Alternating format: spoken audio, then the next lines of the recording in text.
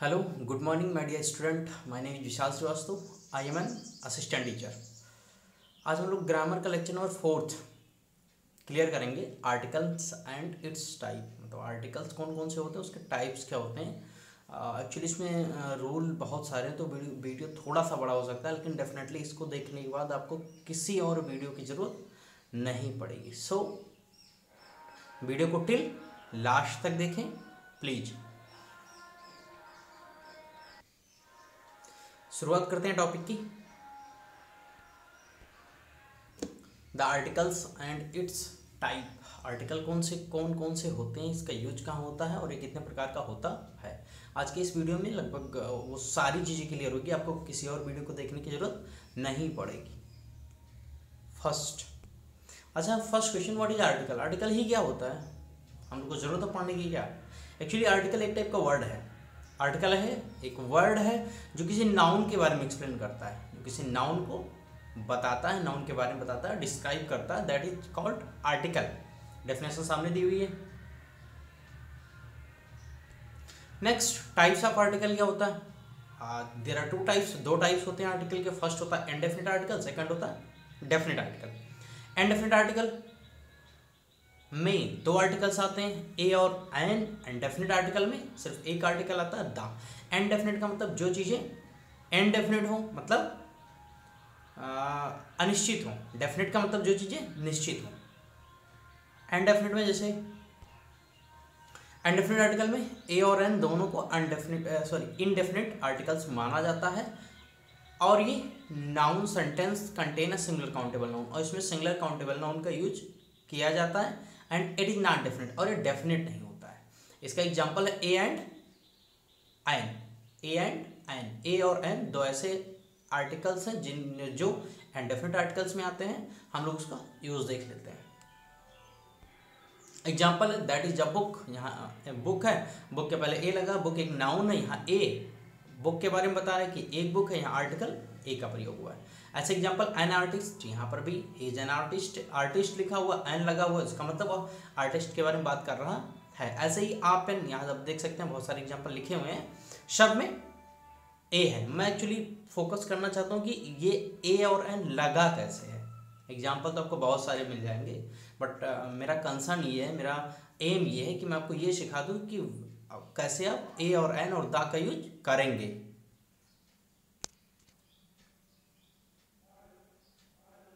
Seventh, अच्छा different क्या होता है, डिफरेंस, ये बहुत इंपॉर्टेंट है. ए और एन में डिफरेंस क्या, यही आपको सीखना है. It is very important. Example तो आपको बहुत सारे मिल जाएंगे in book, in other YouTube channel, in other और गूगल, आप कहीं भी सर्च कर सकते हैं. बट आपको सीखना ये where we use a and where we use an. Actually ये यूज होता है सिंगुलर नाउन के पहले, जिसका फर्स्ट लेटर कॉन्सोनेंट होना चाहिए. ये तो बहुत अच्छी बात है, बट इसमें एक बहुत इंपॉर्टेंट चीज़ ये है कि कॉन्सोनेंट लेटर है तो बहुत अच्छी बात है, बट कभी कभी कॉन्सोनेंट लेटर होने के बावजूद भी उसमें ए का यूज नहीं करते हैं. लाइक ऑनेस्ट में एच होता है, लेकिन फिर भी हम ए का यूज नहीं करते हैं. तो हम लोग को सिर्फ ये सीखना है कि कहाँ हम यूज करते हैं, कहाँ यूज नहीं करते हैं. एक्चुअली हम लोग यहाँ कॉन्सोनेंट से थोड़ा सा कम मतलब रखेंगे. हम लोग मतलब रखेंगे कॉन्सोनेंट साउंड से. मतलब वो जो साउंड आ रही है, उस वर्ड को पढ़ने के बाद वो जो साउंड आ रही है, क्या वो कॉन्सोनेंटियल साउंड है, क्या उसका साउंड किसी कॉन्सोनेंट से लिया गया या कॉन्सोनेंट से मैच कर रहा है, तो आप उसमें ए का यूज करोगे. फोकस करना मेरी बात को, कॉन्सोनेंट साउंड होना चाहिए, कॉन्सोनेंट साउंड. जैसे यूनिक तो शुरू यू से होता है, UNIQUE, यूनिक यू से शुरू होता है, लेकिन यहाँ पर ए लगेगा, एन नहीं लगेगा. अच्छा, इसका स्टार्टिंग वावेल भी नहीं है, सॉरी कॉन्सोनेंट भी नहीं है. यूनिक में यू आपका वावेल होता है, लेकिन फिर भी यहाँ ए लगेगा. क्यों? क्योंकि इसका साउंड यहाँ पर एक कॉन्सोनेंट की है. साउंड यहाँ पर एक कॉन्सोनेंट की है, इसलिए यहाँ पर आयन न लगकर ए लगेगा. दूसरा देख लेते हैं. एग्जाम्पल बहुत सारे दिए. अ बॉय, अ गर्ल, अभी तो बहुत सिंपल है, लेकिन a young man, a useful book. अब देखो यूजफुल में तो कह दो सर यहाँ तो यू है, ये तो कॉन्सोनेंट नहीं है, फिर भी हमने ए का यूज किया है। तो यू जस्ट फोकस, यूजफुल में जो आपका साउंड आ रहा है वो यू आ रहा है। एक्चुअली यहाँ यूजफुल बुक है, यूजफुल में आपका जो साउंड है वो आपका कॉन्सोनेंट है, इसीलिए हम लोग इसमें ए का यूज किए हैं। ऐसे ही यूनिक में, यूनिवर्सिटी में एक्चुअली मैं एक और थोड़ा सा रूल आपको बताना चाहूँगा, लेकिन वो रिलेट करेगा हिंदी से। एक्चुअली हिंदी में आपने वावेल पढ़ा होगा, छोटा आ से लेकर अंग तक होता है और का से लेकर ज्ञा तक आपका कॉन्सोनेंट होता है। एक्चुअली किसी भी साउंड के प्रोनाउंसिएशन में इंग्लिश का कोई भी वर्ड हो उसका प्रोनाउंसिएशन अगर आप कर रहे हो और अगर आप उसकी हिंदी में यूज कर रहे हो तो हिंदी में जो प्रोनाउंसिएशन आप उसको लिखोगे तो वहाँ पर अगर कॉन्सोनेंट आ रहा तो आप ए का यूज कर देना सिंपली। जैसे यूजफुल में आपको या दिख रहा है तो क्या यह या कॉन्सोनेंट है या ओवेल है? डेफिनेटली कॉन्सोनेंट है, तो यहाँ पर ए का यूज करोगे। ऐसे ही आप देख रहे हो यूनिवर्सिटी, यूनिवर्सिटी में या ही आएगा और या एक क्या है आपका कॉन्सोनेंट है। हिंदी की मैं बात कर रहा हूँ, हिंदी में या क्या है कॉन्सोनेंट है, इसलिए यहाँ पर भी ए का यूज करेंगे। यूनिक में भी या आ रहा है जो कि एक कॉन्सोनेंट है और इसलिए यहाँ पर ए का यूज करेंगे। तो आपको फोकस करना है कि जो भी वर्ड दिया हुआ है उसका एक बार आप हिंदी में प्रोनाउंसिएशन करेंगे और फिर आप ये डिसाइड करेंगे कि इसमें हिंदी में जब इसका प्रोनाउंसिएशन करने के बाद हिंदी का वर्ड वो वावेल आ रहा है या कॉन्सोनेंट आ रहा है। अगर वावेल आ रहा है तब तो आप एन लगाओगे, अगर कॉन्सोनेंट आ रहा है तो आपको क्या लगाना होगा? ए। आई होप ये क्लियर होगा। ये बिल्कुल याद रखना, हिंदी से इसको, हिंदी के लैंग्वेज से इसको इजीली सीख सकते हैं कि हिंदी में कौन सा वावेल होता है, कौन सा कॉन्सोनेंट होता है। हम लोग आगे चलते हैं। एन का यूज वही सेम है, एन का यूज जिसका फर्स्ट लेटर क्या हो, वावेल हो, लेकिन फर्स्ट लेटर वावेल हो ना हो लेकिन साउंड जरूर वावेल होना चाहिए। अब जैसे एग्जांपल यहाँ अम्ब्रेला तो आप इजीली कर लोगे, एलिफेंट कर लोगे, एप्पल कर लोगे, आर्पन कर लोगे, लेकिन यहाँ आर, अब बताओ यहाँ पर तो एच है, यहाँ पर क्या है एच है, लेकिन फिर भी हमने एन का यूज किया है। ऑनेस्ट यहाँ पर भी एच है लेकिन फिर भी हमने एन का यूज किया है। अब इसको जब आप हिंदी में पढ़ोगे, हिंदी में उच्चारण करोगे आर का, तो आर लिखते हैं, आ पर आ की मात्रा आ और रा, तो यहाँ पर आ आपका वावेल है अकॉर्डिंग टू हिंदी लैंग्वेज। तो जहां पर आपका हिंदी में वावेल होगा वहां पर आप एन लगाओगे, अगर हिंदी में वो कॉन्सोनेंट होगा तो वहां पर आप ए लगाओगे। जैसे MLA, एम पहले एम ही आ रहा है, एम आपका क्या फर्स्ट लेटर ए जो कि वावेल है हिंदी में, इसीलिए हमने एन लगाया। ऑनेस्ट में भी आ रहा है और जो कि वावेल है। तो ऐसे वर्ड में बिल्कुल कंफ्यूज मत होना, आप उसको हिंदी से रिलेट कर लेना। अम्ब्रेला, अम्ब्रेला में आ रहा है, छोटा आ रहा है, जब हिंदी में प्रोनाउंसिएशन कर रहे हैं तो छोटा आ रहा है और छोटा आपका हिंदी में वावेल होता है, इसीलिए उसके सामने एन लगा है। तो आप बिल्कुल ये ध्यान रखना कि ए और एन को समझने के लिए हम हिंदी से बहुत इजी तरीके से समझ सकते हैं। शायद ये आपने अभी सुना नहीं होगा, लेकिन आप ये जान लीजिए कि कोई भी वर्ड हो आप उसका हिंदी में उच्चारण कीजिएगा और हिंदी में उच्चारण करने के बाद अगर उसका फर्स्ट लेटर वावेल आ रहा है, मतलब हिंदी का वावेल छोटा से लेकर अंग तक जो वावेल होते हैं वो आ रहा है, तो आप एन लगाना, और का से लेकर ज्ञा तक आ रहा है तो डेफिनेटली आप ए लगाना। आई होप क्लियर होगा। इसको वीडियो को दोबारा एक बार देख लेना ताकि और भी अच्छे से क्लियर हो जाए और आपको पता चल जाए। ऑनेस्ट, ऑनेस्ट आ रहा है, डेफिनेटली आपको दिख रहा है, लिखा भी है, इसे मैंने हिंदी भी लिख दी है। ऑनेस्ट में आ रहा है, इसीलिए यहाँ पर एन का यूज हुआ है। I hope you understand. Next चलते हैं। If any doubt then comment in comment section. ये खत्म हो चुका, हम लोग डेफिनेट आर्टिकल पढ़ेंगे। डेफिनेट आर्टिकल वो होता है, डेफिनेट आर्टिकल में एक वर्ड आता है द, जो किसी डेफिनेट पर्सन के बारे या ऑब्जेक्ट या प्लेस के बारे में बताता है, और इस सिंगुलर प्लूरल दोनों के लिए यूज हो सकता है। अब इसका बहुत इंपॉर्टेंट रूल जो कि जितने भी हैं दा के वो मैंने लिख रखा है। एक्चुअली दा कोई यूनिक नेचर की चीजों के लिए होता है, जैसे सन, स्काई, अर्थ, इसका यूज दा, इसके पहले यूज दा का करते हैं, लेकिन हेल, हेवन, गॉड और पार्लियामेंट के लिए हम दा का यूज नहीं करते हैं। तो द सन हो गया या द मून हो गया, द अर्थ हो गया, द जुपिटर हो गया, कोई भी स्टार का नाम आ जाए, कोई भी प्लेनेट का नाम आ जाए तो उसके लिए आप दा का यूज करोगे उस वर्ड के पहले, because it is unique things. First rule.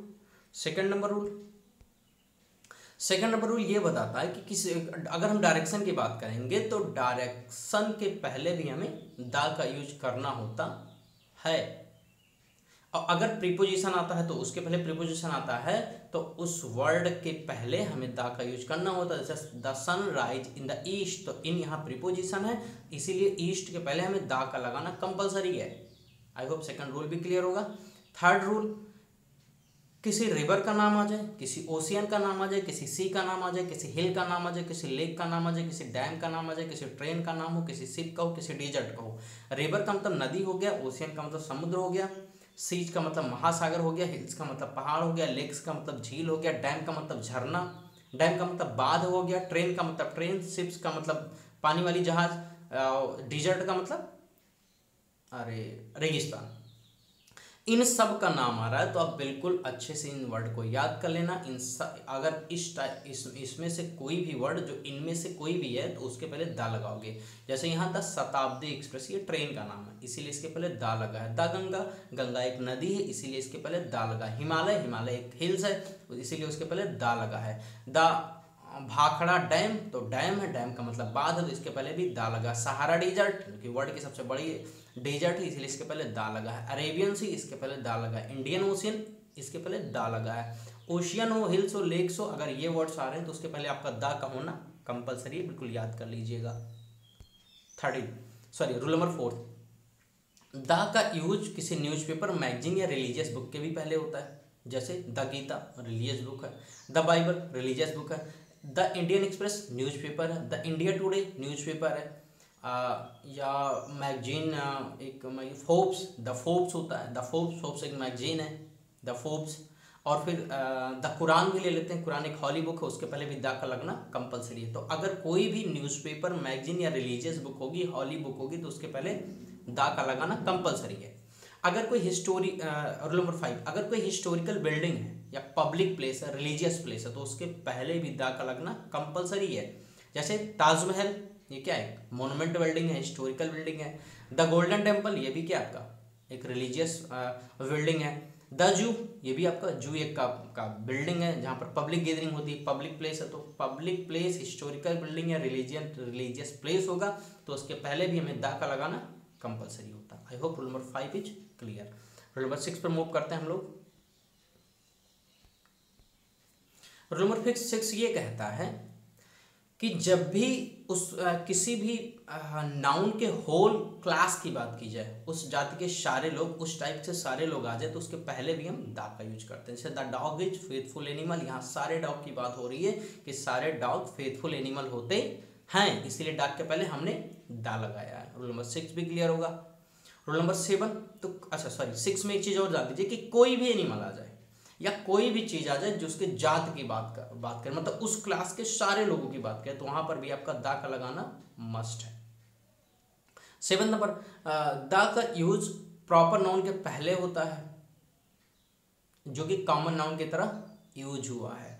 जैसे he is playing like the Sachin Tendulkar, Sachin Tendulkar, मतलब वो क्रिकेट ऐसे खेलता है जैसे सचिन तेंदुलकर। यहाँ वो सचिन तेंदुलकर नहीं है लेकिन वो सचिन तेंदुलकर के तरीके से खेला गया है। तो प्रॉपर नाउन को यहाँ पर, proper noun Sachin Tendulkar, proper noun क्योंकि पार्टिकुलर की बात हो रही है लेकिन उसको एज ए कॉमन बात हुआ है।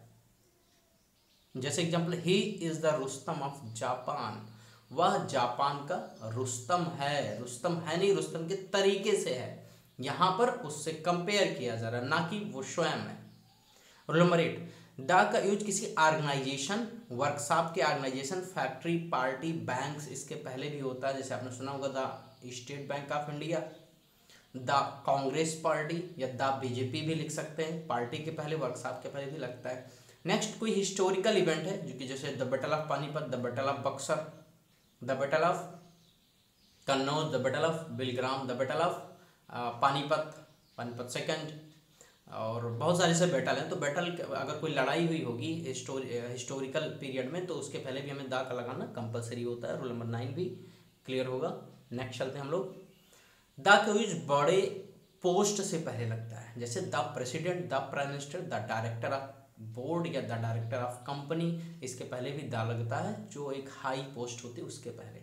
रूल नंबर 11, दा का यूज कुछ वर्ड के पहले होता है, जैसे evening, morning, afternoon, evening, morning, afternoon, like in the evening, in the morning, last evening, every morning.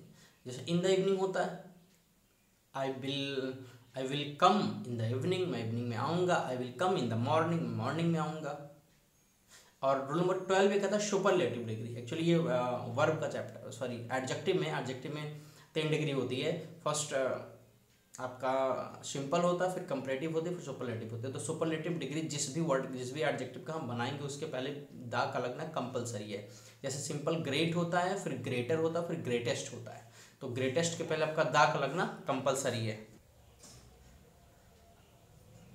दा का यूज सुपरलेटिव डिग्री के पहले होता है। सुपरलेटिव डिग्री ऑलरेडी बता चुका हूँ। जैसे ग्रेट सिंपल होता है, ग्रेटर कंपैरेटिव होता है और ग्रेटेस्ट सुपरलेटिव होता है। ऐसे ही मोस्ट हो गया, फास्टेस्ट हो गया, और कोई भी ऐसा जो सुपरलेटिव डिग्री उसके पहले आप दा का यूज कर देना। सुपरलेटिव डिग्री और अच्छे से मैं एडजेक्टिव के चैप्टर में बताऊंगा।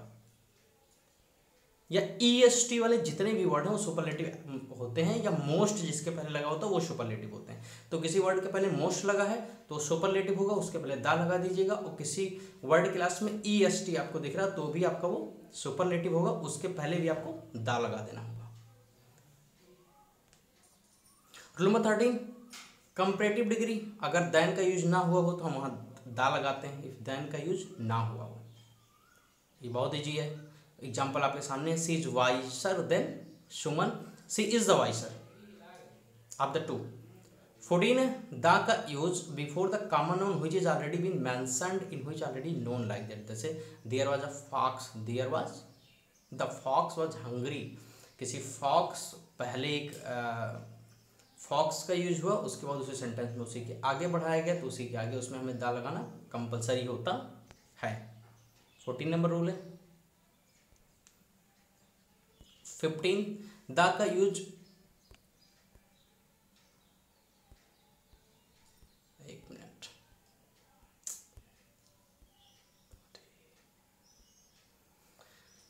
दा का use proper noun for making it plural. किसी प्रॉपर नाउन को अगर प्लूरल बनाना हो तो भी हम दा का यूज करते हैं। जैसे गुप्ता सिंगुलर होता तो दा गुप्ताज कर दिया तो ये प्लूरल हो गया। ग्रीन सिंगुलर होता दा ग्रीन्स कर दिया तो प्लूरल हो गया। शर्मा सिंगुलर होता दा शर्माज कर दिया तो प्लूरल हो गया।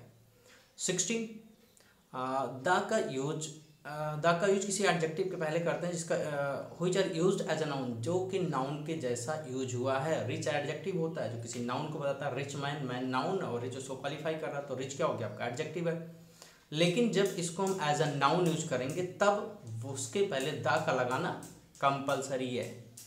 और दूसरी, the is use before the dates, like कुछ डेट्स के पहले भी दा लगता है। Today is the 3rd of December, आज 3 दिसंबर है। इस कुछ डेट के पहले भी दा लगता है।